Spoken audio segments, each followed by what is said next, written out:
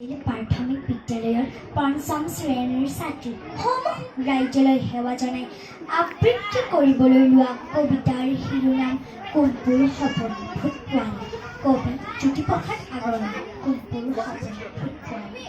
মা, মই সপোনত দেখিলো দুটা ভূতৰ পোৱালি আৰু দুজনী নাক জিলিকা, চকু টিলিকা, টিলিকা টিলিকা, পিলিকা পিলিকা জখিনী ছোৱালী। এটা কলা, এটা বগা, নাঙঠ টিঙত ভূত, কথা পাতে টাকুত টাকুত কুট।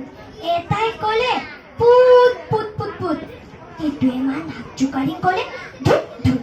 মা, দেখিবলৈ এনে ভাল ভূত পোৱালিৰ নাচ, কিবা কিবি গান গাই ফুচ ফুচ ফাচ, মনে মনে কাম কৰে খোজ খাজ খাজ, এংকুৰ বেংকুৰ কৰি যায় লৰি লৰি, জখিনীহঁতক নচুৱাই চুলিত ধৰি ধৰি, জখিনীহঁতে নেপেলালে একেলগে ভৰি, চৰ খোৱা জখিনীয়ে নাচে কঁকাল ভাঙি, কুটুক কুটুক ঘুটুক কৰি ভূত পোৱালি জাপ মাৰি, ভেঙুৰা ভেঙুৰিকৈ নাচে ঠেংটো ভাঙি ভাঙি।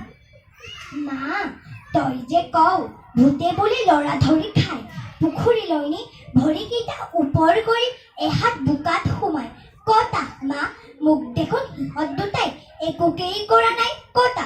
মোৰ ওচৰ চাপিবলৈ সিহঁতে দেখোন অলপোকেই সাহেই কৰা নাই। ভয় কৰা নৰাখে মা, ভূতে ধৰি কিলাই। মা, মোৰ হলে ভূতলৈ ভয় নাই। ধন্যবাদ।